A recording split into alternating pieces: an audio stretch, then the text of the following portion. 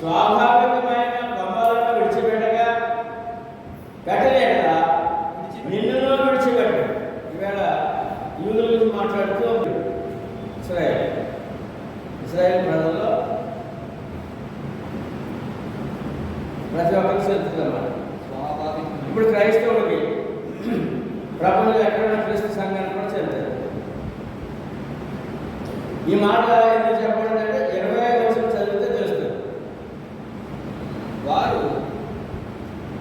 వారు అవిశ్వాసమును బట్టి విడిచివేయబడ్డారు. ఎందుకు విడిచివేయబడ్డారు? ఆ యొక్క ఒలీవ చెట్టుల నుండి, అంటే అవిశ్వాసము. తర్వాత నీవైతే విశ్వాసమును బట్టి నిలిచి ఉన్నావు. ఇది మనకే నీవని ప్రతి విశ్వాసకి చెప్తారు అన్నమాట. విశ్వాసం బట్టి నిలిచి ఉన్నావు. ఇప్పుడు ఈ మాటను బట్టి మనం ఎంతకాలం విశ్వాసం ఉండాలి? జీవితకాలము. దాని గురించి ఎక్కడ భయపడము. మనం కూడా చెట్ల నుంచి గర్వింపక భయపడము. అమ్మా, గర్వింపక భయపడము. గర్వించకుండా ఇంత గొప్ప దేవుడు దొరికాడు, గొప్ప రక్షణ దొరికిందని గర్వించకుండా భయముతో ఈ విశ్వాసం కొనసాగించుకోవాలని 20వ వచనం తీసుకుని వచ్చి 20వ తెలియజేస్తారన్నమాట. దేవుడు స్వాభావికమైన కోపాలను విడిచిపెట్టని నిన్ను విడిచిపెట్టాడు. ఈ భయం కాదు, ఈ భయం కాదు. అది 22. కాబట్టి దేవుని అనుగ్రహమును కాఠిన్యమును దేవుని అనుగ్రహము కాఠిన్యం, దేవుడిలో 2 గుణాలు. అండ్ అందుకే యేసుప్రభు వారు శిలువ మరణాన్ని జయించిన తర్వాత లోకానికి ఇచ్చిన విషయాలు 2 ఏంటంటే సర్వసృష్టికి సువార్త ప్రకటించండి, నమ్మి బాప్తిసం పొందడం, రక్షించబడిన నమ్మని వారికి శిక్ష మీద. అదనమాట అనుగ్రహము. అనుగ్రహమైన రక్షణ, కాఠిన్యమైన శిక్ష. 2 దేవుడు అనగా పడిపోయిన వారి మీద కాఠిన్యమును నీవు అనుగ్రహ ప్రాప్తుడవై నిలిచి ఉన్నాడలా నీ మీద ఉన్న దేవుని అనుగ్రహమును చూడుము. అట్లు నీవును నరికివేయబడుదువు. అంటే ఎండిపోయి కాలిపోవడం. ఇక్కడ 2 విషయాలు చెప్తారండి. దేవుని అనుగ్రహము కాఠిన్యం. రెండో సంగతి ఏంటంటే కొమ్మ విడిచి వేయబడటం. కాఠిన్యం అంటే కొమ్మ విడిచి వేయబడటం.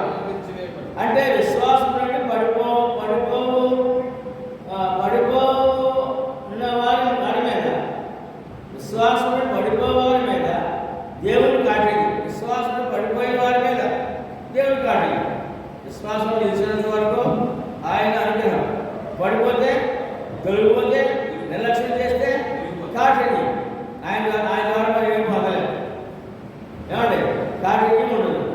విశ్వాసం నిలిచి ఉన్నట్టు ఉండేడా నీవును దేవుని అనుగ్రహ పాత్రుడు. విశ్వాసం నిలిచి ఏంటంటే అనుగ్రహ పాత్రుడు. దేవుని యొక్క అనుగ్రహము పాత్రుడు, రక్షణకు పాత్రుడు, దీవునకు పాత్రుడు. వీటిలో నిలువని నీవు నరికివేయబడదు. మరి మనకు కూడా ఇశ్రాయేలు ప్రజలని యూదుల్ని మాదిరిగా చూసుకోమంటాడు. అందుకే పాత నిబంధన బోధ బుద్ధి అంటారు. వాళ్ళు మాదిరిగా చూసుకున్నారు. ఏం జరిగిందో నీవు కూడా నరికివేయబడతావు. క్రైస్తవుడు ప్రపంచంలో క్రిస్తాను ఎక్కడున్నా సహోదరులకు నీవు నరికివేయబడతావు. జాగ్రత్త. ఇప్పుడు ప్రస్తుతము ఏమంటే దేవుని అనుగ్రహ పాత్రలు అయినా అనుగ్రహ పాత్రలపై ఉన్నా. నరికివేయబడడం అంటే ఎండిపోయి కాలిపోవడం. ఏంటంటే ఎండిపోయి కాలిపోవడం. అదే నరికేయడం ఏమవుతుంది, దాని తర్వాత ఏమవుతుంది కాదు. మత్స్య దేవుడి మంత్రుల్లో 7 మంత్రులు మంచి ఫలములు ఫలించని, మంచి ఫలములు ఫలింపని ప్రతి చెట్టు నరికి అగ్నిలో వేయబడిన. దశకుడు స్వయంగా చెప్పిన మాట. మంచి ఫలాలు దేవుల్లో మన ఫలాలు ఫలించాలండి. మంచి ఫలాలు లేదంటే ఆ చెట్టు నరికివేయబడి, ఆ నరికివేసిన వదిలేదు అక్కడ అగ్నిలో వేయబడినాడు. ఏమండి యోహాను సువార్త 15:6 కూడా సుబ్రహ్మణ్యం చెప్తారు, ఎవడైనా నా యందు నిలిచి ఉండని ఎడల వాడు తీగ వలె బయట పారవేయబడి ఎండిపోవును. మనుషులు అట్టి వాడిని పోగు చేసి అగ్నిలో పారవేతురు, అవి కాలిపోవును. ఎంత స్పష్టంగా అయిపోతుంది. ఇవాళ మన నిర్లక్ష్యం, అవిశ్వాసం ఎంత ప్రమాదమో మనం గుర్తించాల్సిన అవసరత ఉంది. అదే 15:2 కూడా చదవాలి. యోహాను 15:2 కూడా అదే మాట. నాలో ఫలింపని ప్రతి తీగను ఆయన తీసి పారవేయను. ఫలించు ప్రతి తీగె మరి ఎక్కువగా ఫలించినట్లు దానిలోని పనికిరాని తీగలను తీసివేయను. నేను మీతో చెప్పిన మాట చూసారా? ఇప్పుడు మనం ఎలా ఉండాలి? ద్రాక్షవల్లి, సంఘం అంటే ద్రాక్షవల్లి. ఆ ద్రాక్షవల్లిలో పనికిరాని తీగలా ఉండాలా, ఫలించే తీగలా ఉండాలా? పనికిరాని తీగ ఉంటుంది, తీసి పారవేయబడుతుంది. ఏమండి అంటే ఇక్కడ ఆశీర్వాదాలు పోతే ఆత్మ ఆశీర్వాదాలు. బాప్తిస్మమందు శరీరాశీర్వాదం, ఆత్మీయ ఆశీర్వాదం ఇచ్చారు. జీవితకాలం తోడు సదాకాలం నాతో అని వాగ్దానం. ఈ 2 కూడా కోల్పోతారు అనే విషయాన్ని పనికిరాని తీయగా ఉండకూడదు. లేకపోతే దేవుల్లో ఫలవంతమైన తీయగా ఉండాలి. అంటే దేవుని పని చేయాలి, దేవుని పని చేయాలి. రోమీయుల రాసిన పత్రిక 2వ అధ్యాయము 4-7 చూడండి. రోమీయుల రాసిన పత్రిక 2వ అధ్యాయం 4-7. దేవుని అనుగ్రహము వారు మనసు పొందుటకు నిన్ను ప్రేరేపించుచున్నదని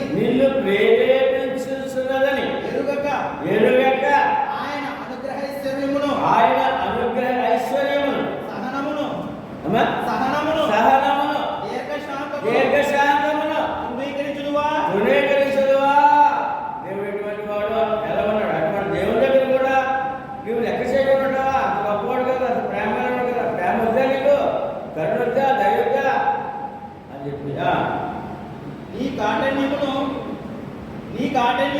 నీ కాఠిన్యము మార్పు పొందని. ఎవరంటే విశ్వాసం ఎలా ఉండకూడదు? కఠినంగా చెప్పాలి, చూసారులే, వాక్యం అలా చెప్తారులే, అలాగే నిర్లక్ష్యం దేవుని ప్రజలు యూదులు నాశనం అయిపోయారు. నీ కాఠిన్యమును మార్పు పొందని నీ హృదయమును ఈ మాట బట్టి ఇశ్రాయేలు ఎవరైనా దేవుడు తెలుసంటే ఎవరైనా తెలుసా? రాతి గుండె మనుషులు అన్నాడు. మనం కూడా అలాగే ఈ వాక్యం గుండె కరిగిపోవాలి. ఆ త్యాగం ఎందుకు, ఆ శిలువ మండం ఎందుకు? ఆయన ప్రేమకు మన గుండె కరిగిపోవాలి, రాతి గుండె ఉండకూడదు. నీ కాఠిన్యమును మార్పు పొందని నీ హృదయం అనుసరించి ఉగ్రత దినమందు అనగా దేవుని న్యాయమైన తీర్పు బయలుపరచబడు దినమందు నీకు నీవే ఉగ్రతను సమకూర్చబడుచున్నావు. నీకు నీవు ఎవరా నీకు నీవు క్రైస్తవుడు. అది మన విలువ. పత్రిక అవసరం ఏంటి? పత్రిక పాఠాలు క్రైస్తవులకు అవసరం ఏంటంటే ఇవే నడిపింపు, ఇవే మార్గదర్శి కదా, ఇవే ప్రామాణికము విశ్వాసమే ఆశీర్వాదములకు. 23వ వచనం, వారును తమ అవిశ్వాసములో నిలువకపోయిన యెడల అంటుకట్టబడుదురు. దేవుడు వారిని మరలా అంటుకొనుటకు శక్తి గలవాడు. మరి పడిపోయారు కదా, విశ్వాసం పడిపోయారు కదా, మళ్ళీ విశ్వాసం నిలబడితే క్షమాపణ కోరుకుంటే మార్పు చెందితే మళ్ళా అంటుకట్టగలడు దేవుడు. మళ్ళీ మక్కగండు కట్టగలడు, సముద్రుడు అంటే ఇప్పుడు ఏం కావాలి మనిషికి? మారు మనసు, పశ్చాత్తాపము. మళ్ళీ తిరిగి మళ్ళీ చదువుతుంది చూడండి. వారును తమ అవిశ్వాసములో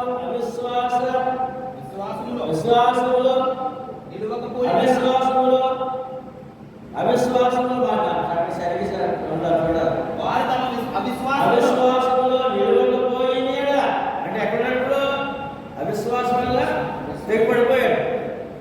అవిశ్వాసంలో నిలకడగా ఉండకుండా మళ్ళీ లేపబడాలి, మార్పు చెందాలి, మళ్ళీ అంటుకట్టబడాలి.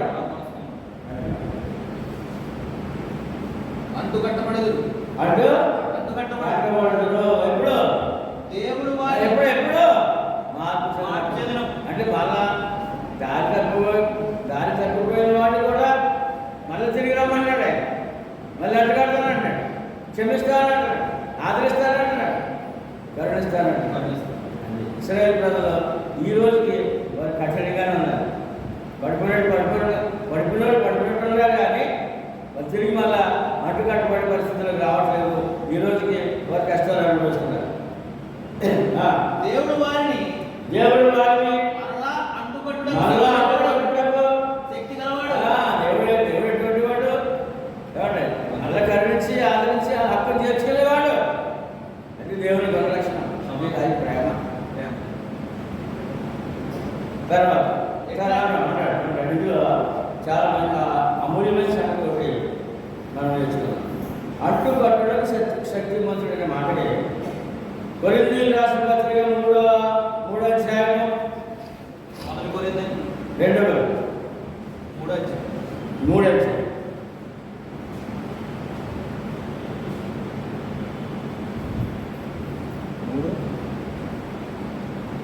యూదులు ఇశ్రాయేలీయులు ధర్మశాస్త్ర ముసుగులో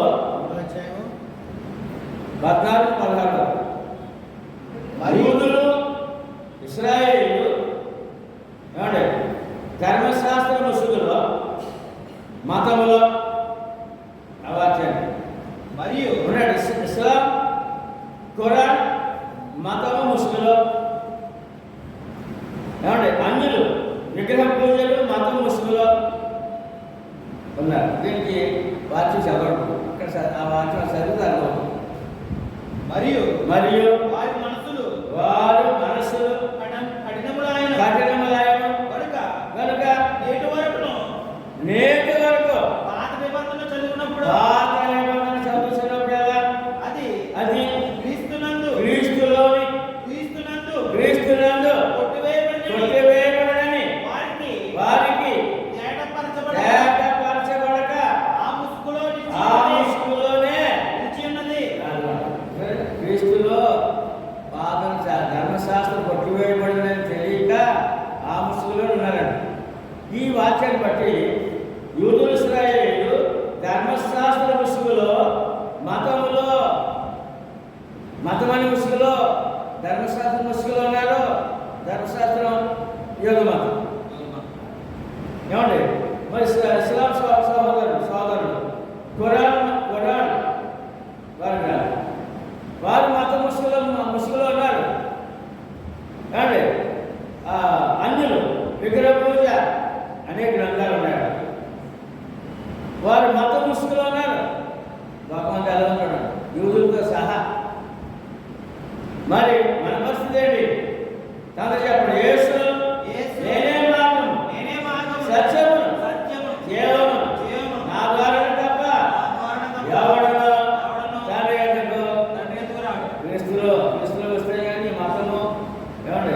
యొక్క కాఠిన్యము అంతా కడిగిపోయబడదు.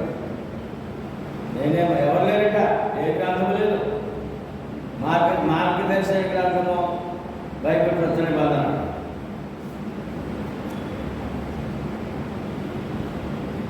24 ఎట్లనగా నీవు స్వాభావికమైన అడవి ఒలీవ చెట్టు నుండి కోయబడి స్వభావ విరుద్ధముగా మంచి ఒలీవ చెట్టున అంటు కట్టబడిన ఎడల స్వాభావికమైన కొమ్మలను వారి వారి నిశ్చయముగా తమ సొంత ఒలీవ చెట్టున అంటు కట్టబడుతుంది కదా.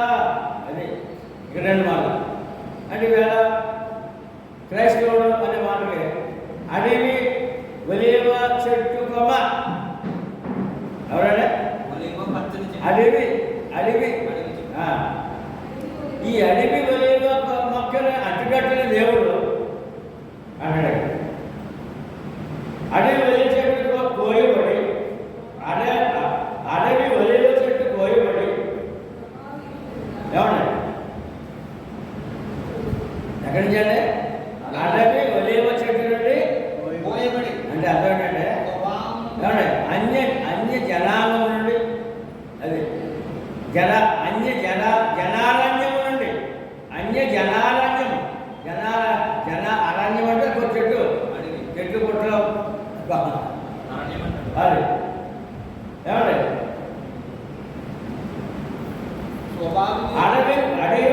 అడవి ఒలీవ చెట్టు నుండి కోయబడి అంటే ఎక్కడి నుంచి వచ్చాం మనం? అన్య జనాంగం నుండి మంచి ఒలీవ చెట్టున అంటు కట్టబడిన ఎడల స్వాభావికమైన ఇప్పుడు ఎక్కడ వచ్చా? మంచి ఒలీవ చెట్టు అంటు కట్టబడ్డా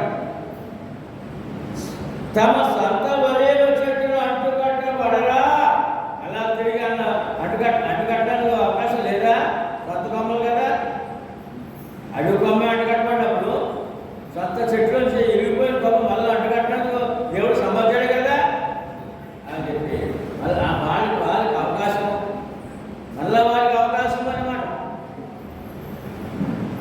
మన స్థితిని జ్ఞాపకం చేయడం, క్రైస్తవ స్థితిని బాప్తిసం పొందక ముందు అసలు మనం ఏంటి అడవి ఒలీవ చెట్టు నుండి అన్య లోకం నుండి వాడి సొంత ప్రజలు ఇశ్రాయేలీలు సొంత ప్రజలు 25 సహోదరులారా ఈ దృష్టికి మీరే బుద్ధిమంతులని అనుకుంటున్నట్లు ఈ మర్మము మీరు తెలుసుకోవలసినాడు. అదేమనగా అన్యజనుల ప్రవేశం సంపూర్ణమగు వరకు ఇశ్రాయేలునకు కఠిన మనసు మట్టుకు కలిగిన అన్యజనుల ప్రవేశం వరకు ఇశ్రాయేలు కఠిన మనసు కొంతమట్టు కలిగిందని ఇక్కడ తేటకలం అవుతుంది. ఎంతమంది అందించాలండి? ఎంతమంది అందించాలండి? ఎంతమంది అందించారు?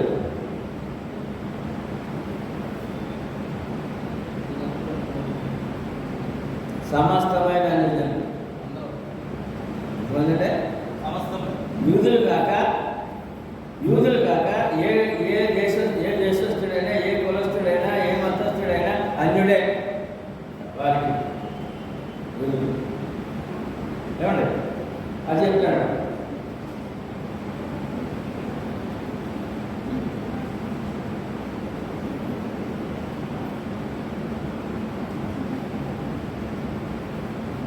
సమస్తమైన అన్యజనులు విశ్వాసములకు విధేయులైనట్లు ఆది నుండి రహస్యముగా ఉంచబడిన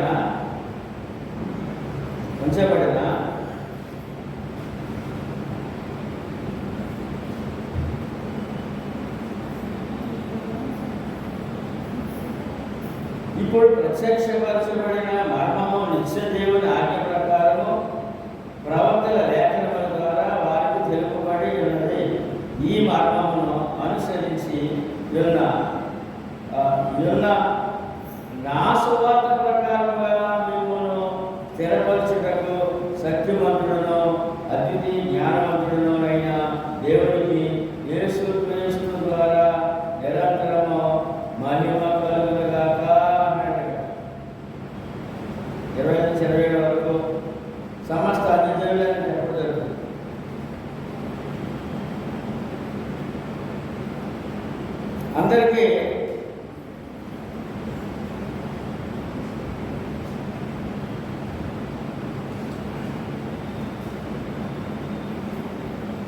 ఈ విధేయత ఎంతమంది అంటే ఎంతమంది వరకు యూదుల్ని అలాగ ప్రక్కన పెట్టిన దేవుడు అంటే సమస్త అందించండి. ఎంతమంది ఉన్నారు అందులో? ఎన్ని రకాల జాతులు ఉన్నాయి, ఎన్ని మతాలు ఉన్నాయి, వారందరికీ కూడా మారు మనసుతో రక్షణ భాగ్యం అందించినందుకు కొంతమందికి ఒక కఠిన తత్వం కలిగిందని ఇక్కడ చెప్పడం జరుగుతుంది. మొదటి కొరింథీ పత్రిక 2:7-10 దేవుని జ్ఞానము మర్మమైనట్టుగా బోధించుచున్నాము. ఈ జ్ఞానము మరుగై ఉండను. దేవుని జ్ఞానం ఎలా ఉందంటే మరుగై ఎవరికే సమస్త అందించగలదు. మొదటి కొరింథీ 2:7-10 దేవుని జ్ఞానము మర్మమై ఉన్నట్టుగా బోధించుచున్నాము. ఈ జ్ఞానం మరుగై ఉండను. జగదుత్పత్తికి ముందుగానే దేవుడు మన మహిమ నిమిత్తము నియమించాడు. అది లోకాధికారులలో ఎవరికి తెలియదు. అది వారికి తెలిసి ఉండేలా మహిమా స్వరూపియగు ప్రభువును శిలువ వేయకపోయిందురు. ఇందును గూర్చి దేవుడు తనను ప్రేమించు వారి కొరకు ఏ సిద్ధపరిచినో అవి కంటికి కనబడలేదు, చెవికి వినబడలేదు, మనుష్య హృదయములకు గోచరము కాలేదని వ్రాయబడినది. మనం ఏదైనా సందర్భం వస్తే ఏమండి ఏదైనా అవసరం వస్తే ఏమండి ఈ మాట కలుగుతున్నాడు ఏంటంటే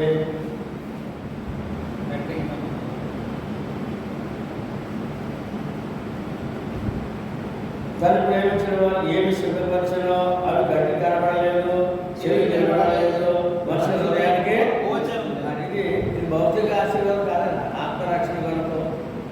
ఏమండి అక్కడ ఆ వాక్యాన్ని దేవుడిచ్చాడు. ఆత్మరక్షణ విషయంలో ఏమండి అది ఎవరు కనపడదంట? చెవులకి హృదయానికి. ఏమండి మనిషి గోచరం కాదంట. ఎవరికది? లోకాధికారులు. అలా తెలిసినట్టయితే మహిమాస్వరూప యేసుక్రీస్తుని సిలువ వేయరు అంటే ఈ సమస్త అన్యజనులకు రక్షణ కొరకు యేసు ప్రభు వారు సిలువలో బలియాగము అయ్యారని సాగించారు. మనకైతే దేవుడు ఏమండి మనకైతే దేవుడు వాటిని తన ఆత్మ వలన బయలుపరిచి ఉన్నాడు. ఆ ఆత్మ అన్నిటినీ దేవుని మర్మములను కూడా పరిశోధించుతున్నాడు. మనకైతే దేవుని వాక్యము ఆయన పరిశుద్ధాత్మ ద్వారా అనుగ్రహించబడింది. మనకి ఆ యొక్క వరము, రక్షణ వరము దొరికిందండి. ఎఫెసీయులకు రాసిన పత్రిక 3:3-5. ఎఫెసీయులకు రాసిన పత్రిక 3:3-4 ఎట్లనగా క్రీస్తు మర్మము దేవ దర్శనం వలన నాకు తెలియపరచబడిన సంగతిని గురించి మునుపు సంక్షేమంగా రాసింది. మీరు దానిని చదివినైనా దానిని బట్టి ఆ క్రీస్తు మర్మమును గూర్చి నాకు కలిగిన జ్ఞానము గ్రహించగలగలరు. ఇప్పుడు ప్రశ్న నిబంధనలో పత్రిక క్రైస్తవుడికి ఎంత అవసరం? దేవ దర్శనాల ద్వారా ఇచ్చిన పత్రిక అంట. పౌలు గారి కవిత్వం కాదంట, పౌలు గారి సొంత మాటలు కాదంట. దేవ దర్శనం ద్వారా ఇచ్చిన పత్రిక అంట. ఈ పత్రిక మా మాటలు వాక్యం దేవుడి దర్శనంలో ఆయన ముందు మనం ఇచ్చాడనమాట. మీరు దానిని చదివిన ఎడల ఏం చేయాలంటే పత్రిక చదవడం లోకంలో క్రైస్తవులు అది పాత నిబంధన కీర్తనలు, సామెతలు, ఏమండి సువార్తలు అక్కడే పత్రిక రాదు. అందుకని వేరే సత్యము తెలియట్లేదు. సత్యంలో ఏమండి ఆ విలువ, సత్యంలో ప్రయాణం జరగట్లేదు. అందుకని ఇక్కడ దేవదర్శనం ద్వారా నాకు అనుగ్రహించబడిన ఈ యొక్క వాక్యములు అన్నట్టు మీరు దానిని చదివిన దానిని బట్టి ఆ క్రీస్తు మర్మమును వచ్చి నాకు కలిగిన జ్ఞానము గ్రహించగలగలరు. ఈ మర్మము ఆత్మమూలముగా దేవుని పరిశుద్ధులకు, అపోస్తులకును, ప్రవక్తలకును బయలుపరచబడేది ఉన్నట్టుగా పూర్వకాలమందు మనుషులకు తెలియపరచబడలేదు.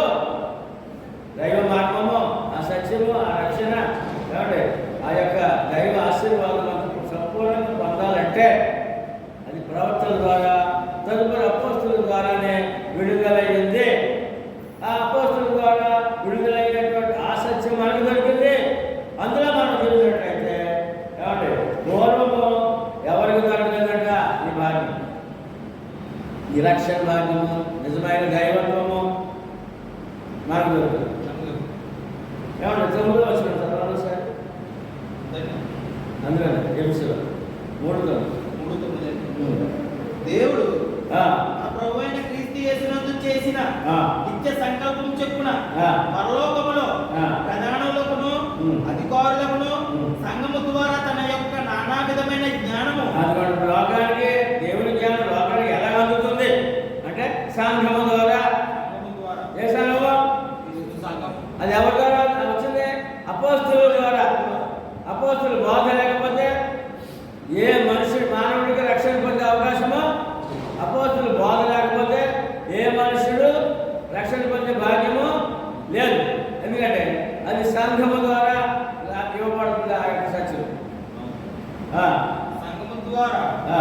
తన యొక్క నానా విధమైన జ్ఞానము అక్కడ సంఘం ఏముందంటే దేవుని జ్ఞానం సంపూర్ణంగా ఒక పాపికి ఏమైతే కావాలో దేనితో రక్షించబడతాడు అదంతా కూడా సంఘము ద్వారా దొరుకుతుంది.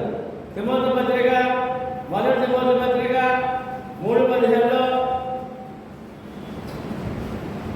దేవుని మందిరంలో అనగా జీవం గల దేవుని సంఘంలో తనులు ఎలాగ ప్రవర్తించాలనో ఆ సంగతి మీకు తెలియవలనని ఈ సంగతిలో ఈ సంగతి మీకు రాశాను. ఆ సంఘము సత్యమునకు స్తంభమును. సంఘం ఎందుకో అని ఇక్కడ ఎఫెసీయులు 3:9 అదే మాట చెప్పారు. సంఘము ద్వారా తన యొక్క నానావిధ జ్ఞానమును ఇప్పుడు తెలియబడవాలని ఉద్దేశించి శోధింప సత్యము కానీ క్రీస్తు ఐశ్వర్యము. దేవుడి వాక్యం ఏంటంటే క్రీస్తు సంఘం నుంచి ఒక పాప దగ్గరికి వెళ్ళేది ఏంటంటే ఐశ్వర్యము. సువార్తనగా ఐశ్వర్యం పంచిపెట్టడం, సువార్తనగా ఐశ్వర్యమును దేవుని ఐశ్వర్యం. సత్యవాక్యమే మానవుడి ఐశ్వర్యం. ఏమండి? ఐశ్వర్యమును అన్యజనులలో ప్రకటించడమును. అన్యజనులకు వెళ్ళినప్పుడు దేవుడి నుండి ఐశ్వర్యం వెళ్ళాలంట. వాళ్ళు ఆత్మీయంగా బీదలంట, ఆత్మీయంగా దరిద్రులంట. ఆత్మీయంగా బాగా రిచ్గా భౌతికంగా ఉన్నారు, ఆత్మీయంగా ఇవ్వలేదు. అందుకని క్రీస్తు ఐశ్వర్యము అన్యజనులలో ప్రకటించడమును. ఏమండి? ఇందాక రఘుగారు చూపించాడు కాబట్టి సువార్త చెప్పడానికి వెళ్ళాడు ఆయన. ఆయన కొట్టు తిరిగి అనేస్తున్నారు.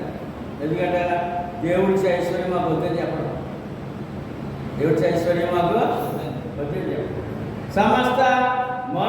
సమస్తమును సృజించిన దేవుని యందు పూర్వకాలం నుండి మరుగైన ఆ మర్మమును గురించి ఏర్పాటులో అందరికీ తేటపరచుటకును పరిశుద్ధులందరిలో అత్యల్పుడైన నాకు ఈ కృప అనుగ్రహించిన. అందరికంటే ఈ సత్యాన్ని సంఘం ద్వారా చెప్పడానికి ఈ కృప నాకు దొరికింది.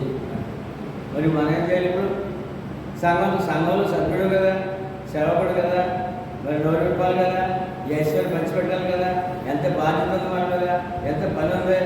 మన సొంత పని కంటే ఎక్కువగా ఇది బాధ్యత కలిగి ఉంది అని చెప్పడంలో చాలా మంచి మాటలు. ఎందుకనగా యాస్పోర్ట్లో ఈ మాట కూడా చెప్తున్నారు.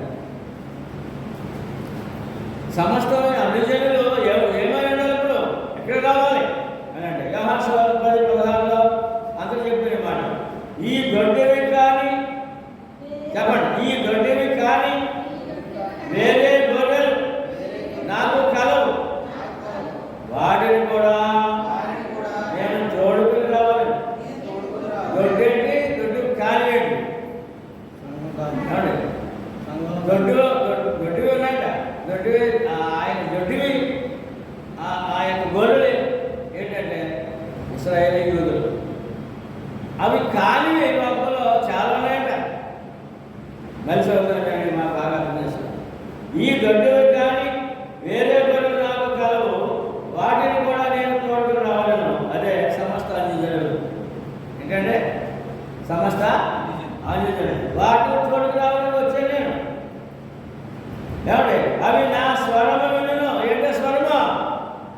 సువార్త ఏంటంటే ఆ స్వరం ఏంటి? క్రీస్తు యొక్క స్వరం ఏంటి? ఇప్పుడు సర్వసృష్టికి సువార్త ప్రకటించండి, నమ్మి బాప్తిసం పొందినవాడు నమ్మని వారికి అది స్వరము. నా స్వరము వీళ్ళు వింటున్నారు, లోకం ప్రకటించేవాళ్ళు ఉన్నారు, వింటున్నారు. అక్కడ మన లోకం అంతా ప్రతిరోజు లోపడతారు ఉన్నారు, ప్రతిరోజు రక్షణ పొందుతానే ఉన్నారు వీళ్ళు. అప్పుడు మంద ఒక్కటి గొర్రెల కాపలు ఒక్కడుగా ఇదే సంకల్పం. ఇక యూదులు లేడు, అన్యులు లేడు, ఒకటే సంఘము, ఒకటే దేవుడు. ఎప్పుడది?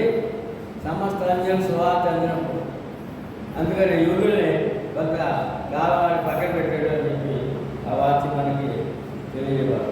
26 చదువు రోమ 26.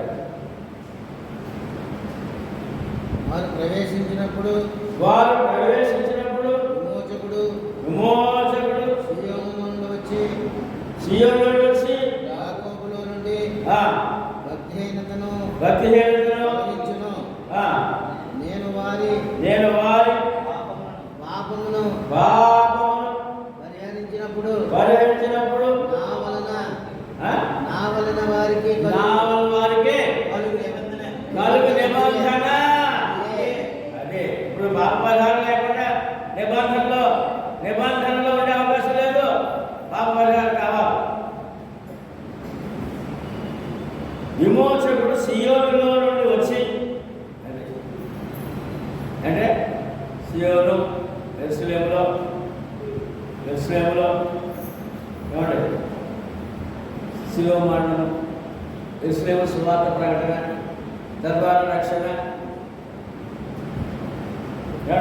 విమోచకుడు సియోను నుండి వచ్చి యాకోబులో, అనగా ఇశ్రాయేలు. యాకోబు అంటే ఇశ్రాయేలీ. యాకోబుకి ఇశ్రాయేలీ పేరు పెట్టాడు. అంటే 12 మంది గోత్రకర్తలు ఇశ్రాయేలీ. యాకోబులో అంటే ఇశ్రాయేలీలో నుండి భక్తిహీనతను తొలగించును. నేను వారి పాపములను భరించినప్పుడు నా వలన వారికి కలిగిన నిబంధన ఇదే అని వ్రాయబడిన. ఆత్మకారం పొందుతారు. కానీ ఏమండి వీరు అన్యులు యూదులు కూడా ఒకే నిబంధనలు రాలేరు. వారికి పాప క్షమాపణ అవసరం, అన్యుడికి పాప క్షమాపణ ఇప్పుడు అవసరం. యూదులు పాప క్షమాపణ బాప్తిసం పొందాలి, అన్యుడు పాప క్షమాపణ బాప్తిసమము పొందాలి. అప్పుడు ఒకే నిబంధనలు వస్తాయి. ఒకటే దేవుడు, ఒకటే సంఘము, ఒకటే నిబంధన. యెషయా గ్రంథం 59:20-21. యెషయా గ్రంథము 59:20-21. సియోను నగరులో యాకోబులో తిరుగుబాటు చేయడం మాని మరుగుకొనిన వారి యొద్దకును విమోచకుడు వచ్చును. మొట్టమొదటి బాప్తిసం పొందిన ఎవరు? మొట్టమొదట బాప్తిసం పొందిన వారు ఎవరో? యూదులు. అందులో ఎవరైనా అందరూ మొట్టమొదటి సువార్త ప్రకటించిన వాళ్ళు ఎవరు? అపోస్తలులు. మొట్టమొదటి బాప్తిసం పొందిన వాళ్ళు ఎవరు? యూదులు. ఏమండి వీటి బాగా చదువుతారు. సియోను వద్దకును యాకోబులో తిరుగుబాటు చేయడం మాని మళ్ళుకొనిన వారి యొద్దకును విమోచకుడు వచ్చును. ఎవరు వచ్చారంటే వాళ్ళకే విమోచకుడు ఎవరు? క్రీస్తు. పాప విమోచన చేసేవాడు వచ్చాడట. వచ్చునని లేఖనాలు చెప్పాయి. ఏమండి ప్రసన్న బయలు చెప్పింది, వచ్చాడో చెప్పింది. విమోచకుడు వస్తాడని పాలనలో చెప్పింది, వచ్చాడని ప్రసన్న చెప్పింది. ఇదే యెహోవా వాక్కు, నేను వారితో చేయు నిబంధన ఇది. ఇప్పుడు ఎప్పుడైతే మార్పు చెందారో ఏమవుతుంది? నిబంధన మారిపోతుంది. అంటే ఇప్పుడు ఈ వాక్యాలు చదివినప్పుడు వాళ్ళకి గ్రహింపు రాలేదండి. అందుకని అక్కడ నిలబడిపోయారు. పడిపోయినట్టుగా ఉన్నారు. ఏమండి ఇది ఇంకా గొప్పగా ఉంది. ఆ నిబంధన ఏంటి అని అంటే ఇర్మియా 31:31 యెషయా ద్వారా చెప్పించారు. నిబంధన మారుతుందని ఇర్మియా 31. ఇదిగో ఇదిగో నేను ఇశ్రాయేలు వారితోనూ వారితోను యూదా వారితోనూ యోధా వారితోను కొత్త నిబంధన ప్రతి నిబంధన చేయ జనములు వచ్చుచున్నవి. ఇదే ఇదే యెహోవా యెహోవాకు. అదిగోండి, దేవుడు ముందుగా చెప్పించాడు ప్రజలకు, ఆ ప్రజలకు. ఏమండి? మరి ఆ నిబంధనలో ఆ నిబంధన ఎప్పుడు వస్తుంది, ఎలా వస్తుందంటే ఇదిగో విమోచకుడు వస్తాడు, ఆయన వచ్చి ఆ పాపాలు కడుగుతాడు, అప్పుడు కొత్త నిబంధనలో తీసుకుంటాడు అని చెప్పి ఎంత స్పష్టంగా వారు చెప్పిన వారు ఏమీ పట్టించుకోలేదు, గ్రహించలేదు. ఏమండి? ఇక ఈ రోజు వరకు ఈ సంగతులు గ్రహించలేకపోతున్నారు. కొంతమంది మొట్టమొదటి అపోస్తులు బాగు చేసినప్పుడు బాప్తిజం మొదలప్పుడు తర్వాత మంచి స్పీడ్గా వచ్చారు. 3,000 మంది, 4,000 మంది, 10,000 మంది, 5,000 మంది, ఇలా స్పీడ్ అన్నమాట. తర్వాత అపోస్తులు ఎప్పుడైతే మరి వారు హతసాక్షులు అయ్యారో అక్కడి నుంచి యూదులకు కఠినాత్మలు అయిపోయారు. యోగ మతాన్ని బలపరచుకునే ప్రయత్నం చేశారు తప్ప ఈ రక్షణ పొందిన వారిని ఏమండి ఈ యొక్క అపోస్తులు మరణానికి కూడా వీళ్ళే కారణం అయ్యారు. అపోస్తుల మరణానికి వీళ్ళే కారణం, యేసుప్రభు మరణానికి వీళ్ళే కారణం అయ్యారు. అంత కఠినాత్మలుగా ఉన్నారు. అయినప్పటికీ వారికి మొట్టమొదటి వారికే రక్షణ దొరికింది. తదుపరి ఈ రక్షణకి అడ్డం కలిగించారు, కఠినాత్మలైపోయారు. ఆ కార్యక్రమము ఈ రోజు వరకు కొనసాగుతూనే ఉంది. రోమిల పత్రిక 5:10 చూద్దాం. అంటే ఇప్పుడు 28, 30 చదవండి సార్. అప్పుడు చూద్దాం. 27 చదవండి కదా, 28-30. సువార్త విషయమైతే సువార్త విషయమైతే వారు మిమ్మల్ని బట్టి ఏమా వారు మిమ్మల్ని బట్టి శత్రువులు కానీ ఏర్పాటు విషయమైతే పితరులను బట్టి పితరులను బట్టి ప్రియులై ఉన్నారు. ప్రియులు ఎవడే ప్రియులై అది ఉన్నారు. ఎవరున్నారు? ప్రియమైన జనాంగం ఇశ్రాయేలు దేవుడికి. ఏమండి? సువార్త విషయమైతే వారు మిమ్మల్ని బట్టి శత్రువులు కానీ దేని బట్టి అంటే ఇశ్రాయేలు దేవుడికి శత్రువులు అయిపోయాడు. సువార్త ప్రకటించి అన్యులు కూడా సమానంగా చేసేస్తున్నాం. కానీ ఇక్కడ ఆ మాట రోమియోకి రాస్తున్నాడు పౌలుగా. రోమియోలు అన్యులు ఎక్కువ విగ్రహాలు 5. ఏమండి ఉండండి. సువార్త విషయం అయితే వారు మిమ్మల్ని బట్టి శత్రువులు కానీ ఏర్పాటు విషయం అయితే పితరులను బట్టి ప్రియులై ఉన్నారు. పూర్వం నుంచి వాగ్దానం అబ్రహాము, ఇస్సాకు దేవుడు, యాకోబు దేవుడు, వారి సంతానము, వారికి ఆశీర్వాదాలు, దేవుని ప్రియ జనాంగము. ఎప్పుడైతే సువార్త వచ్చిందో సువార్తను బట్టి అన్యుని మారడంతో అన్యులకి సువార్త దేవుని యొక్క సంకల్పం అన్యుని దొరకవేంటి, దేవుని ప్రేమ అన్యుడికి ఏంటి, మేమే కదా దేవుని ప్రజలము, మాకే ఉండాలి తప్ప అనే యొక్క తిరుగుబాటును బట్టి వారు శత్రువులు అయిపోయారు. దేవుడు ఏమైపోయాడే. అందుకని ఇక్కడ ఇప్పుడు మనం కూడా కుల మతాలు పట్టించుకుంటే మనం శత్రువులు అయిపోతాం. క్రైస్తవుడు కుల మతాలు పట్టించుకున్నాడా దేవుడు శత్రువే.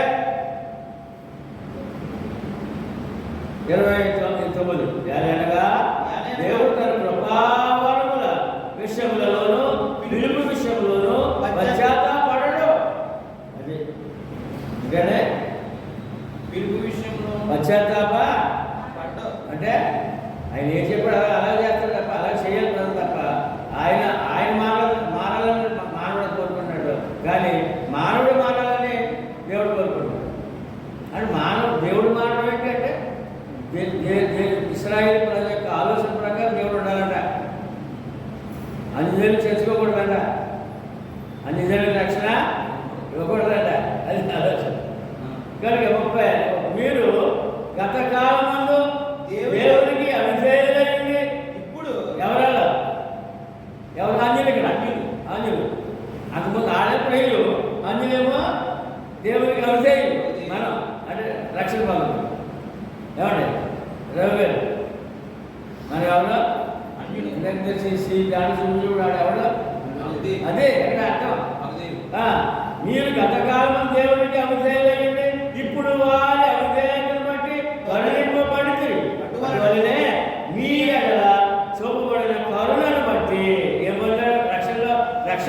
ఏమన్నామంటే దైవ కరుణామయుడు దేవుని కరుణ. మనం ఏమన్నామంటే కరుణామయుడు దేవుని కరుణ కరుణింపబడుతుంది. అటువల్లనే మీ ఎడల చూపబడిన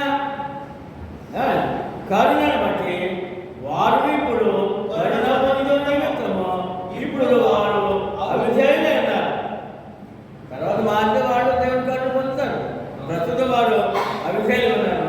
ఒకప్పుడు మీరు అవిధేయులు, ఒకప్పుడు ఎవరిని రోమి పట్టణాలు పిలుస్తాను, ఇవాళ గ్రేసులు అనిపిస్తాను, ఎవరు మున్సిపల్ కల్పిస్తాను, లేకపోతే ఎవరు మాట అంతకుముందు సువార్త రాకముందు మరి ఎవరు అవుతుంది. మరి ఇప్పుడు విధేయులు పోయాం, రక్షణ పొందాం.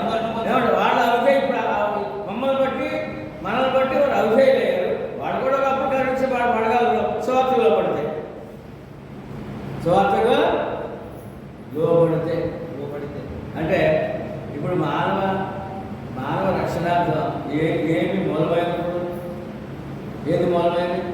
సువార్త. అక్కడ అన్యుడికి యూదుడు కూడా ఇప్పుడు సువార్తే. ఏమండి కరుణింపబడు. అటువల్లనే మీ ఎడల చూపబడిన కరుణను బట్టి వారు ఇప్పుడు కరుణ పొందిన నిమిత్తము ఇప్పుడు వారు అవిధేయులై ఉన్నారు. అప్పుడు చెప్పారు 2000 సంవత్సరాలు అయిందండి ఇక్కడి నుంచి. ఏమండి సువార్త వారికి అందింది, తర్వాత అందుతుంది.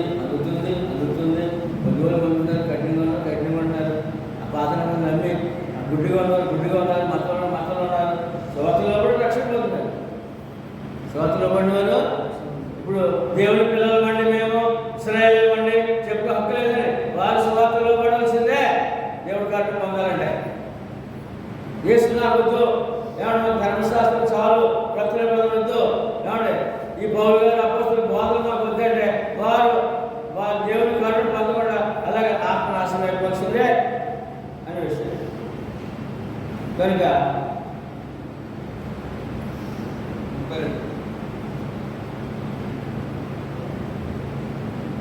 ఎఫెసు పత్రిక చూసాను కదా,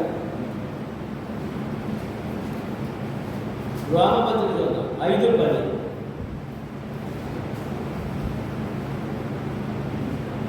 ఏలైనగా శత్రువులమై ఉండగా, అంటే ఏలైనగా శత్రువులమై ఉండగా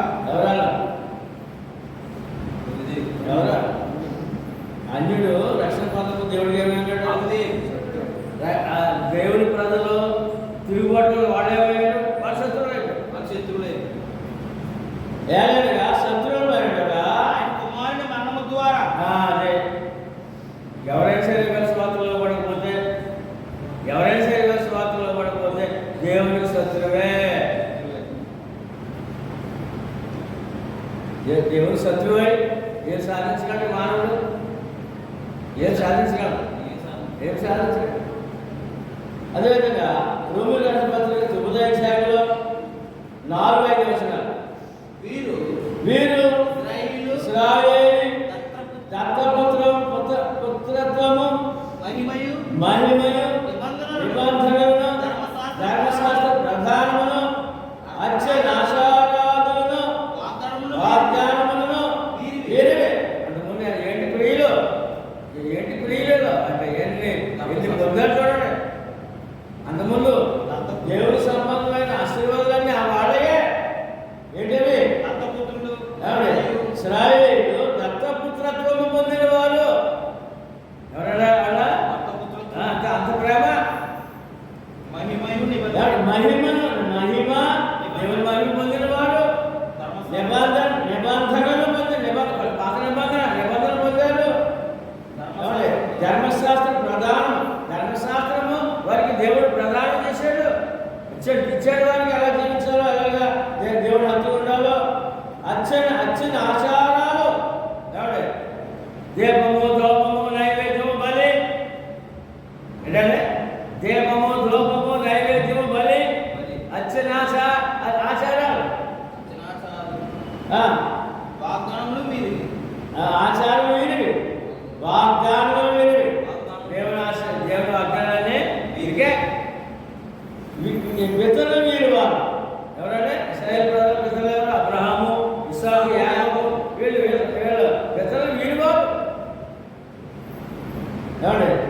శరీరం బట్టి క్రీస్తు మీరులో పుట్టాడు. మరి ఇంకా గొప్ప ఆదిత్యదండి. ఏకంగా లోకరక్షకుడే ఆ యోధ వంశంలో ఈ వీరిలో పుట్టాడు. అది గొప్ప భాగ్యం, గొప్ప ప్రేమ అనమాట. ఈయన సర్వాధికారైన దేవుడు ఏంటి నిరంతరము స్తోత్రాలుడై క్రీస్తు ఏమండి వారు జన్మ ప్రకారం యూదుడిగా ఆ యువవంశం పుట్టాడు. దావీదు సంతానంగా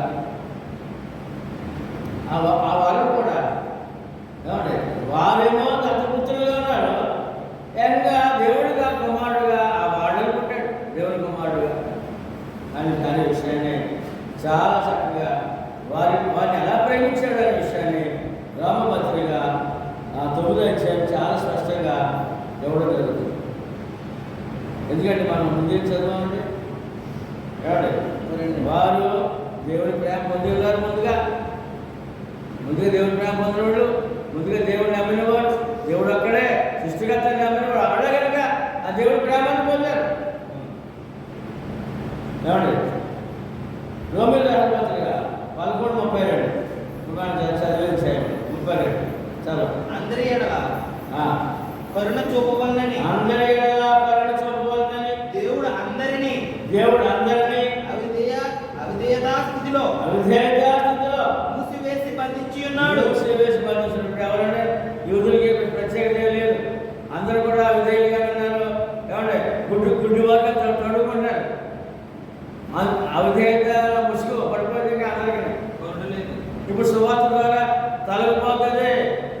అది యూదులు లేదు, అన్యులు లేదు, ముస్లిం లేదు, ఏ జాతి, ఏ కులమో, ఏ మతమో ఏదైనా సరే ఇప్పుడు మొయ్యబడి ఉన్నాడంటే సువార్త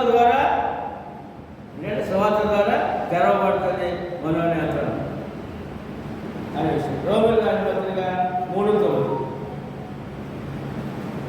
యూదులేమి గ్రీసు దేశస్థులేమి అందరూ పాపమునకు లోనై ఉన్నారని ఇంతకు ముందు దోషారోపణ చేస్తున్నాం. ఎంతమంది అండి? ఎంతమంది? అందరు ఎవరు? యూదులేమి గ్రీసు దేశస్థులు అన్ని రకాల ప్రజలు అందరూ పాపంలోనే ఉన్నారు. ఇంతకు ముందు దోషారోపణ చేస్తున్నాం. యూదులు కూడా పాపంలో ఉన్నారని చెప్పంటే మరి పాపక్షేమం ఎలా వస్తుంది వారికి? సువార్త క్రీస్తులో. ముస్లిం సహోదరులు పాపంలో ఉన్నారంటే మరి రక్షణ ఎలా వస్తుంది? సువార్త క్రీస్తులో. అన్యుడికి సహోదరుడు మరి పాపంలో ఉన్నారంటే ఎలా వస్తుంది రక్షణ? సువార్త పాపక్షేమ ఆత్మరక్షణ అనే విషయాన్ని చాలా స్పష్టంగా యూదులేమి గ్రీసు దేశస్థులేమి అందరూ పాపములోనే ఉండాలని ఎంతకు ముందు దోషారోపణ చేస్తున్నాము. అది దోషమందు మానవుడు మీద ఒక నింద ఉంది, మానవుడిలో ఒక నింద ఉంది. ఏమండి? ఒక నింద ఉంది. ఏంటో నింద? పాపమని నింద. ఇందులో తప్పించుకుని మానగాడు ఎవరైనా లోపల అదే వస్తుంది మాట కూడా. అదే ఒకడు తర్వాత 11వ వచనంలో అందరూ చెప్పండి. 11 అందులో రామ 3:11 9 చూసాం కదా. 3:11 నీతిమంతుడు లేడు, యూదుల్లో కూడా నీతిమంతుడు లేడు. ఏమంటే సమస్త అన్యజనుల్లో నీతిమంతుడు యూదుల్లో లేడు, సమస్త అన్యజనుల్లో సమస్త అన్యజనులు మొత్తం ప్రజలు అసలు ఏ కులమైనా, ఏ దేశమైనా, ఏ మతమైనా, ఏమంటే ఏ గ్రంథాన్ని పాటించినా సమస్త అన్యజనులు. ఏం లేదు, నీతిమంతుడు లేడు, ఎక్కడున్నా లేడు. తర్వాత ఎందుకు నీతిమంతుడు లేడంటే 23వ వచనంలో 3:23 ఏ లాభము లేదు, అందరూ పాపము చేసి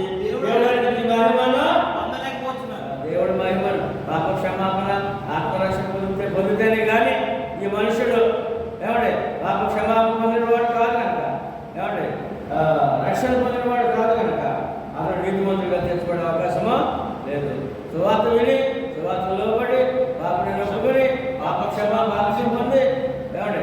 పాప క్షమాపణ ఆత్మరక్షణ బాప్తిని పొందిన వాడే నీతిమంతుడు. అదే దేవుని మహిమను పొందిన వాడు. మనం ఏం పొందినప్పుడు మహిమను పొందాం. ఏమండి ప్రతి విషయం దేవుడిని అడిగే అవకాశం, ఆరాధన అవకాశం ఆ మహిమలోనే, ఆరాధన అవకాశం దేవుడి మహిమలోనే, ఏమండి రక్షణ దేవుడి మహిమలోనే, ఎవరు ప్రార్థన జీవితం దేవుడి మహిమలోనే. దేవుని మహిమ పొందాం, పరలోకంలో కూర్చొని అప్పు సంపాదించుకున్నాం, అది ప్రభుత్వం దొరికే భాగ్యము. అందరికీ సమానమే, ఏ భేదం లేదు. అందరూ పాపం చేసేసి దేవుడు ఎటు మంది అక్కడనా లేడు. ఏమండి మరి ఇంకా పైకి వెళ్తే ఏమండి యూదులేమి గ్రీసు దేశస్తులేమి అందరూ పాపములకు లోనై ఉన్నారు. ప్రతి మానవుడు కూడా క్రీస్తు దగ్గర రావాల్సిందే. ఆ నింద పోగొట్టుకోవాల్సింది. నింద పాపమని నింద, పాపమనే ఎందులో ఉన్నాడు. ఇప్పుడు మన మీద ఉందా? ఆ నింద మన మీద ఉందా? లేదు. ఇప్పుడు పొందాం. రైట్, వెరీ గుడ్, బాగా తీసుకున్నాం. 33 వస్తుంది 11. ఆహా దేవుని బుద్ధి జ్ఞానముల దేవుని బుద్ధి జ్ఞానముల బాహుల్యము ఎంత గొప్పదే, గంభీరము ఎంత గంభీరము. ఆయన తీర్పులు. ఆహా దేవుని బుద్ధి జ్ఞానములు బాహుల్యములు ఎంత గంభీర్యములు. ఆయన తీర్పులు శోధింపనెంతో అసఖ్యములు. అసఖ్యము ఎవరు తర్వాత ఎవరు శోధించలేడు, ఎవరు తెలుసుకోలేడు. ఏమండి ఇక్కడ దేవుని బుద్ధి జ్ఞానం బాహుల్యం ఎంత గొప్ప. దేవుని అన్నాడు. ఆ దేవుడు ఎవరో వలసి బతుకు 2-3 బుద్ధి జ్ఞానములు. ఏమన్నా సర్వసంపదలు దేవుడు ఎవరో 3 బుద్ధి జ్ఞానములు సర్వసంపదలు ఆయనే, గుప్తములైనవి ఆయనే క్రీస్తు. ఆహా దేవుని బుద్ధి జ్ఞానముల ఏమండి బాహుల్యం ఎంత గొప్పవే. ఆ దేవుడు ఎవరో ఏమండి కొలతలేని బుద్ధి జ్ఞానముల బాహుల్యములు కలిగిన దేవుడు యేసుక్రీస్తు.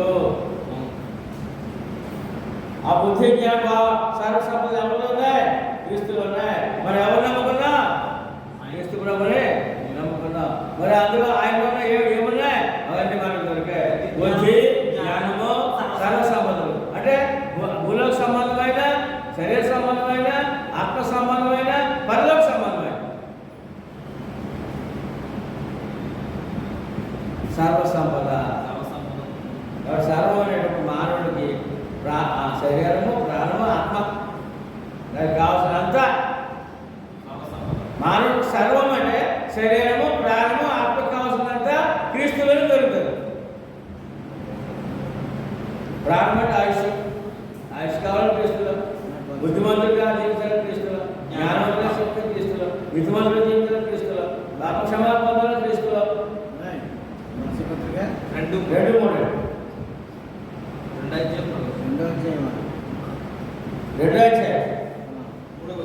ముందేమో 11 రోమ 13 ఏమన్నాడు? ఆహా దేవుడి అన్నాడు. ఆహా దేవుడి బుద్ధి జ్ఞానం. ఆ దేవుడు ఎవరు? ఈ వాక్యం చెప్తుంది పరిశుద్ధ పత్రిక. ఏమండి చూద్దాం. ఇంకా యోబు గ్రంథము 5:9. యోబు 5:9.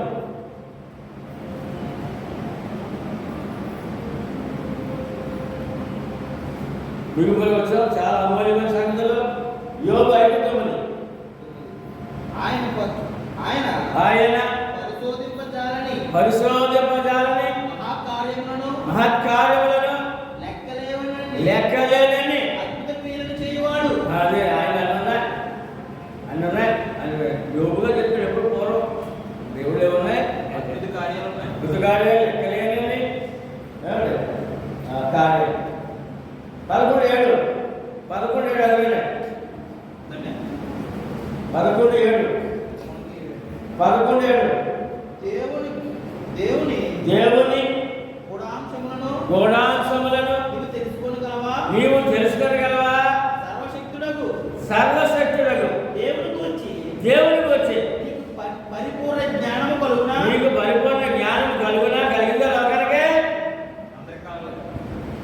కలిగిందా? లోకాలు కలిగిందా? పరిపూర్ణ జ్ఞానం దేవుళ్ళు ఉంది. లోకం తెలుసుకోలేకపోతుంది. ఆ జ్ఞానాన్ని వాక్యం ద్వారా అందిస్తున్నాడు ఆయన. 17 అండి అందులోనే 17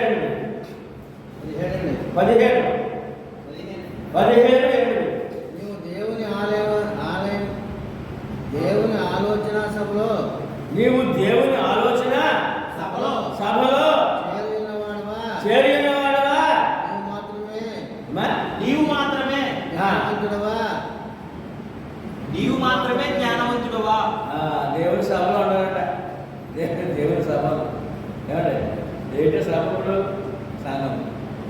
నీతిమంతుడు ఎవరవుతాడు? క్రీస్తులు. ఆ జ్ఞానము, ఆ గొప్ప విలువలన్నీ ఎక్కడ ఉన్నాయి? ఆహా, దేవుని బుద్ధి జ్ఞానం. యోగు గారు అలాగా ప్రశ్న వేసుకుంటాడు. యెషయా తర్వాత 34 రోమా 11:34 ఇవన్నీ మనం చదవాలండి. చదివితే అర్థం. 11:34 రోమా 11:34 ప్రభు మనసును ఎరిగిన వాడెవడు? ఆయనకు ఆలోచన చెప్పిన వాడెవడు? అంటే ఆలోచన చెప్పిన ఆలోచన మంత్రి కావాలి కదా. ఎవరు కావాలి? రాజుగారికి ఎవరు కావాలి? ఎవడే రాజుగారికి ఆలోచన రావట. ఎవరుంటారు పక్కనే? మంత్రి గారు ఉంటారు. ఇక్కడ దేవుడి గురించి మాట్లాడతారు. దేవుడి గురించి చదవండి మళ్ళా. ప్రభు మనసును ఎరిగిన వాడెవడు? ఆయనకు ఆలోచన చెప్పిన వాడెవడు? ముందుగా ఆయనకి ఇచ్చి ప్రతిఫలం పొందగలవాడెవడు? ఎవడు? ఆయనకు ఆలోచన చెప్పాడు ఎవడు? ఎవడు? అలా కాదండి. ఎవడు ఏంటంటే అలా కాదు. ఇలా చేస్తే బాగుంటుందేమో. ఎవడు? క్రీస్తు సంఘం కాదండి, మన సంఘం అంటే బాగుంటుందేమో. ఏమండి? ఆరాధన ఎవడు? వారానికి వచ్చి రొట్టెలు కాదండి, నెల సరిదని బాగుంటుందేమో. ఎవరు చెప్తే ఆలోచన అది ఇక్కడ ఎవరు చెప్తాడు? ఆయనకే. ఎవడు మంత్రి? చూద్దాం. యెషయా గ్రంథము 40 అధ్యాయము 13 ఆయనకు మంత్రి అయిన ఆయనకు బోధింపపరిచిన వాడెవడు? అది చెప్పండి. బోధపరిచిన వాడెవడు? ఆయనకు మంత్రి అయి ఆయన గ్రామపరిచయంలో ఆయనకి ఎవరు సలహా ఇస్తున్నాడు? ఎవరైనా ఇవ్వగలరా? అక్కడ ప్రశ్నించారు. లేకపోతే యెషయా ప్రవక్త అన్నాడు. ఏమని? ఆయనకు మంత్రి అయి రాజుగారికి ఎవరు సలహా ఇవ్వాలి? మంత్రి ఇవ్వాలి. మరి దేవుడికి మంత్రి అవసరమా? అవసరం లేదు. అదే అక్కడ ఆయనకు మంత్రి అయి ఆయనకు బోధపరిచిన వాడెవడు? ఎవరున్నాడా? ఆయన సొంత జ్ఞానమా? దేవుడు సొంత జ్ఞానం తప్ప ఎవరు సలహా లేదు, ఎవరు మంత్రిత్వమో అవసరం లేదు. అంత గొప్ప దేవుడు. మొదటి కొరింథీ పత్రిక 2:16 ఇక్కడ కొత్త నిబంధన అదే మాట మాట్లాడుతున్నాడు. యెషయా ప్రవక్త మాట్లాడిన మాటే కొత్త నిబంధనలో మాట్లాడుతున్నాడు. ప్రభు మనసును ఎరిగిన వాడెవడు? ఆయనకు బోధింపగలవాడెవడు? మనమైతే క్రీస్తు మనస్సు కలిగిన వారము. మూడు సంగతులు ఉన్నాయి. ప్రభు మనస్సు ఎరిగిన వాడెవడు? ఎవరైనా ఎరిగినా సర్వ సృష్టికర్త అయిన మన దేవుడి మనసు అందరికి తెలిసిపోయినా ఏమండి? ఆయన మనసే ఈ గ్రంథం. ఈ గ్రంథం అందరికి తెలిసిపోయింది లోకానికి. ఒకటిదాల్లో ఏమండి? ఆ ప్రభు మనసు ఎరిగిన వాడెవడు? ఆయనకు బోధింపగలవాడెవడు? ఏమండి? ఏంటంటే ఆయనకి బోధ లోపం చేసేస్తాడు, దేవుడికి బోధ చేస్తాడు. అంటే అర్థం ఏంటంటే సంఘం క్రీస్తుది కాదని చెప్పి ఇంకో పేరెంట్ కూడా బోధ చేస్తాడు దేవుడికి.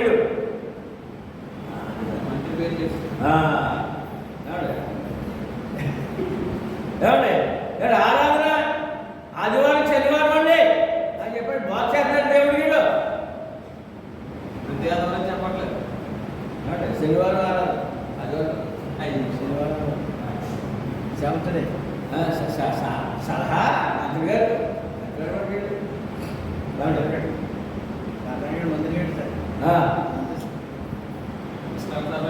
ఎన్నున్నాయి క్యారెక్టర్లు చెప్పలేదు ఎన్నున్నాయి లేదు అడ్డంకులు అలా కాదు ఇలా చేసుకోవడం ఏమంటే ఇక్కడ ఆరాధన క్రీస్తు సంఘ ఆరాధన ఉద్యోగం లేదండి బాధ్యత భాష బాగుంటుందని సలహా లేదు దేవుడికి సలహా చాలా చెప్పు చాలా మంది చెప్పాలి అంత సలహా లేదు ఏమంటే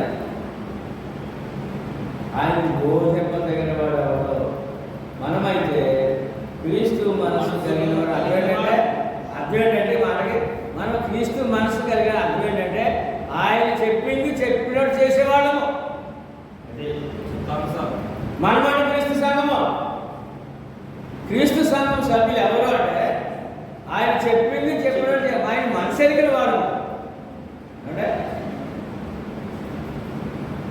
వాళ్ళ కుటుంబంలో కూడా పెద్దలు మాట్లాడినప్పుడు బాబు ఆయన మనసు ఎరిగి మనం ప్రవర్తించాలి నష్టాలు చేయకుండా అంటారు పెద్ద మనిషి గురించే ఇంట్లో పెద్దోడు అంటే మరి దేవుడు మనసు ఎరిగినప్పుడు ఆ విజయం కలిగి ఉంటాడు అది క్రైస్తవుడు యొక్క బాధ్యము మనమైతే ఆయన మనసు ఎరిగిన వారు అంటే గ్రంథం ఏంటో ఎరిగిన వారు వాక్యం ఏంటో ఎరిగిన వారు సత్యం ఏంటో ఎరిగిన వారు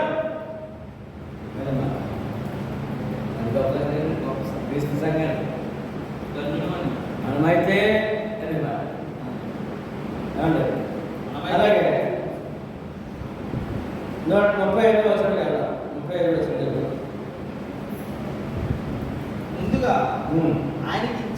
ముందుగా ఆయనకిచ్చి ప్రతిఫలం పొందగలవాడు ఆయన మూలములను ఆయన ద్వారాను ఆయన నిమిత్తమును సమస్తమును కలిగి ఉన్నవి యుగముల వరకు 35 చదవాలండి 36 చదువుతాం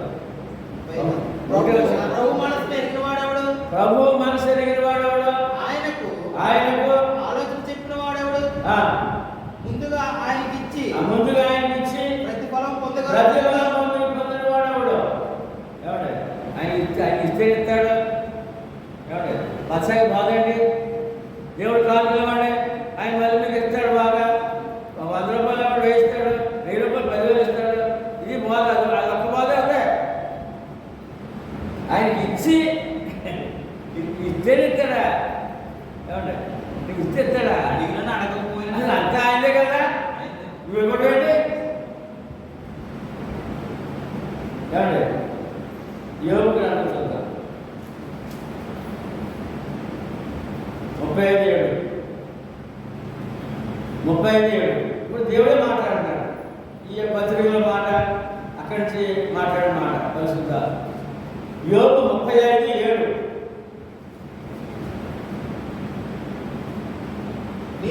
నీవు నీతిమంతుడు అయినను ఆయనకు నీవేమైనా ఇచ్చుచున్నావా ఏమైనా ఇచ్చుచున్నావా ఆయన నీ చేత ఏమైనా తీసుకొనునా అది మాట నీతిమంతుడు చాలా గొప్ప భక్తుడండి నీతిమంతుడండి అని చెప్పి నీ దగ్గర ఏమైనా తీసుకుంటున్నాడా దేవుడికి ఏమిస్తున్నావు నువ్వు ఏమి తీసుకుంటాడు ఆయన తీసుకోరా మసాగుడికి చెప్పాలన్నమాట మరి చదవండి 35:7 నీవు నీతిమంతుడు అయినను ఆయనకు నీవేమైనా ఇచ్చుచున్నావా ఆయన నీ చేత ఏమైనా తీసుకొనినా నేను నిరుద్యోగుడు ఇవ్వాలా నిరుద్యోగుడు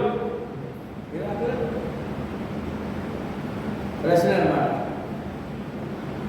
ఏమండి 41:11 యోగు గ్రంథమే 41:11 నీ ఆగ్రహమును ప్రవాహములను కుమ్మరించుము ప్రవాహములుగా కుమ్మరించుము 11 నేను తిరిగి ఇయ్యవలసిన అది పాయింట్ నేను తిరిగి ఇయ్యవలసినట్లు ఎవడైనాను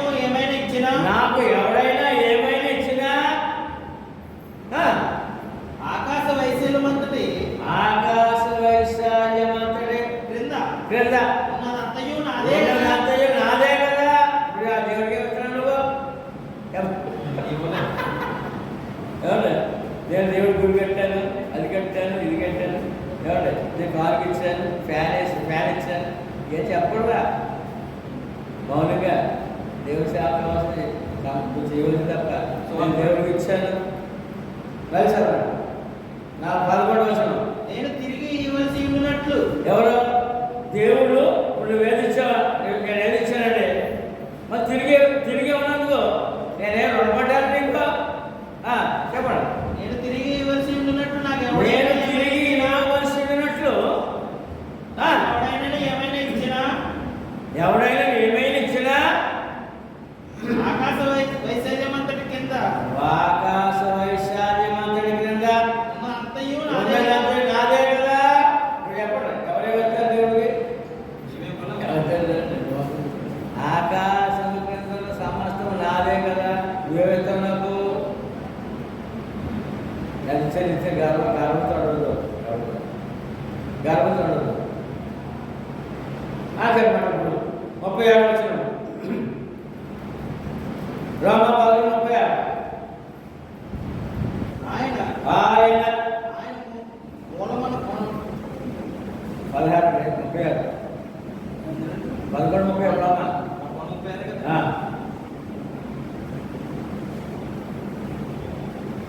ఆయన మూలమును ఆయన మూలం. ఇప్పుడు అక్కడ ఏం చెప్పారండి? 30 యోగు గ్రంథంలో ఏం చెప్పారండి? 41 ఆకాశ విస్తారమంతా నాదే కదా అన్నారు కదా. మరి ఈ లోకంలో ఉన్నాయని ఎవరే ఎలా వచ్చిందని చెప్పారు. మరి ఇప్పుడు ఇక్కడ ఆయన మూలములను ఆయన మూలములను ఆయన ద్వారాను ఆయన ద్వారాను ఆయన నిమిత్తమును సమస్తమును కలిగి ఉన్నది. సమస్తం కలిగి ఈ లోకంలో అంతా ఎవరు వచ్చింది? ఎవరిది? ఆయన యోగ యుగములు యుగముల వరకు ఆయనకు మహిమ కలుగును గాక. అలా మహిమతారు తప్ప నేను దేవుడు అందించాను, ఇది గుడి కట్టాను, అప్పటి ఇది కట్టాను చెప్పడానికి ఇది సరిపడు మానవుడా. అలా ఒప్పుకోకపోయి అక్కడ దూరంగా ఉన్నారు, దేవుడు దూరంగా ఉన్నారు, దగ్గరికి లేదు. కనుక ఎంత స్పష్టంగా చెప్పారు. పరిస్థితి రాసిన పత్రిక 4:6 చూద్దాం. ఈ వాక్యాన్ని 36వ వచనానికి 1 కొరింథీ పత్రిక 4:6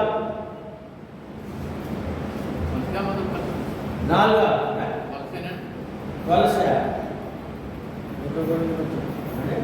కొరింథీలే కదండి, మొదటి కొరింథీ. కొరింథీ.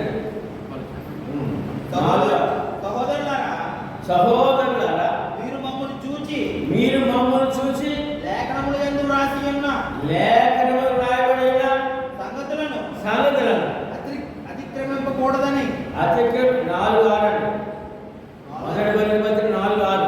సహోదరులారా, మీరు మమ్మల్ని చూచి లేఖనముల యందు రాసి ఉన్న సంగతులను అతిక్రమింపకూడదని నేర్చుకుని మీరొకరి పక్షమున మరి ఒకరి మీద ఉప్పొంగకుండునట్లు ఈ మాటలు మీ నిమిత్తమై నా మీదను అపోల్లో మీదను పెట్టుకుని సాదృశ్య రూపంగా చెప్పి ఉన్నాను. అంటే నేను చేశాను దేవుడు ఎలా చేసిన చెప్పండి చేస్తున్నాడట. అందుకని ఇలా నేను జ్ఞాపకం చేస్తున్నాను అన్నాడు. 11:12 మొదటి కొరింథీ పత్రిక 11:12.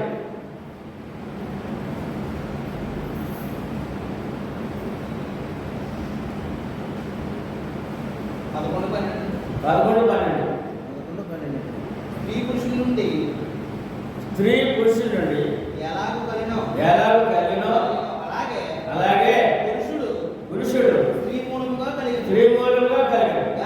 కానీ సమస్తమైనవి సమస్తమైనవి దేవుడు మూలముగా కలిగి ఉన్నవి. అదే ఏమంటే మనుషుడు స్త్రీ పురుషుడు కూడా దేవుడు చేశాడు. ఆ మనిషికి కావాల్సినంత కూడా దేవుడు వచ్చినాయి. ఇక నువ్వు ఇచ్చేదే నాకే నేర్చేదేంటి? స్త్రీ పురుషులు వచ్చింది, పురుషుడు స్త్రీలు చేశాడు, సమస్తం దేవుళ్ళు వచ్చాయి. స్త్రీ దేవుళ్ళు వచ్చాడు, పురుషుడు దేవుళ్ళు వచ్చాడు. ఏమండి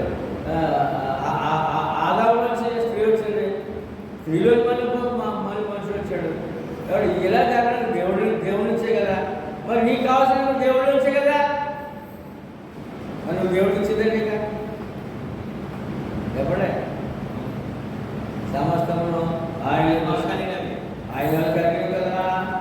ఇది ఈ జ్ఞానం కావాలి. కలిసి రాకపోతే ఒకటి పలహారు, కలిసి రాకపోతే ఒకటి పలహారు, కలిసి రాకపోతే ఒకటి పలహారు. ఏలయనగా ఆకాశమందున్నవియు భూమి యందున్నవియు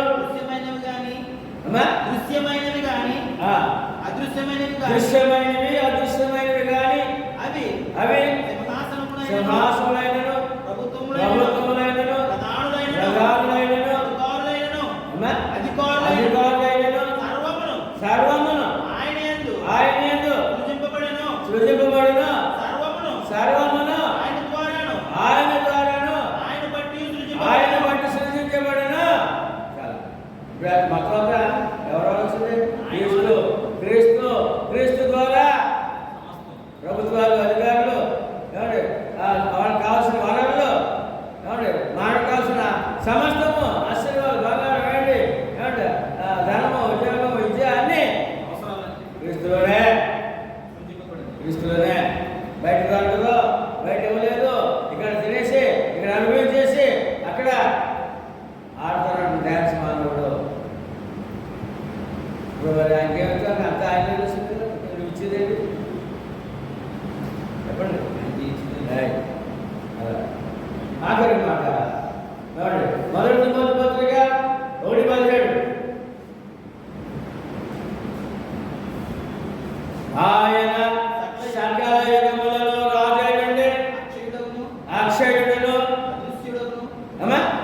అక్షయుడును అద్వితీయుడునగు అదృశ్య దేవునికి ఘనతయు మహిమయు యుగయుగముల వరకు కలుగును గాక. ఆమేన్. ఇప్పుడు యుగయుగాల్లో రాజు అంటే నువ్వు రాజుగారు, మనం బూజుగాడు రాజుగారికి చెప్తా ఏమంటే ఈ మానవుడు బూజు, ఆయన రాజు. ఈ రాజుగారికి ఏమిటారు చెప్తా? క్రీస్తు ఎవరండి? యుగములలో రాజు అన్నాడు. ఆయన అద్వితీయుడు, అదృశ్యుడు. ఏమండి చదవండి.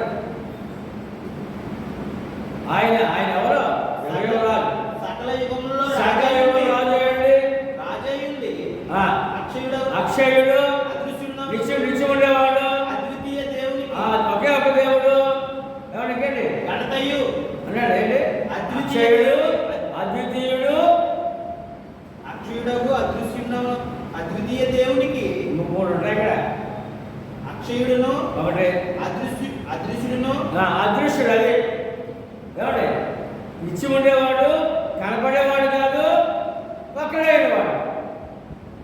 ఆయన రారాజు. ఆయన ఎలా కృతజ్ఞతాస్తుతులు చెల్లించాలి.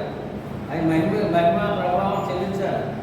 అటువంటి తప్ప నేను వచ్చేసాను ఇచ్చేసానని చెప్పి గర్వించకుండా ఇవాళ పత్రిక పాఠాలు మరి క్రైస్తవుడికి ఎంత అవసరమైన చాలా స్పష్టత మనకి తెలియజేస్తున్న దేవుడు ఇచ్చిన సమయాన్ని బట్టి, దేవుడు ఇచ్చిన వాక్యాన్ని బట్టి దేవుడి స్తోత్రాలు చెల్లించుకుంటూ మీ అందరూ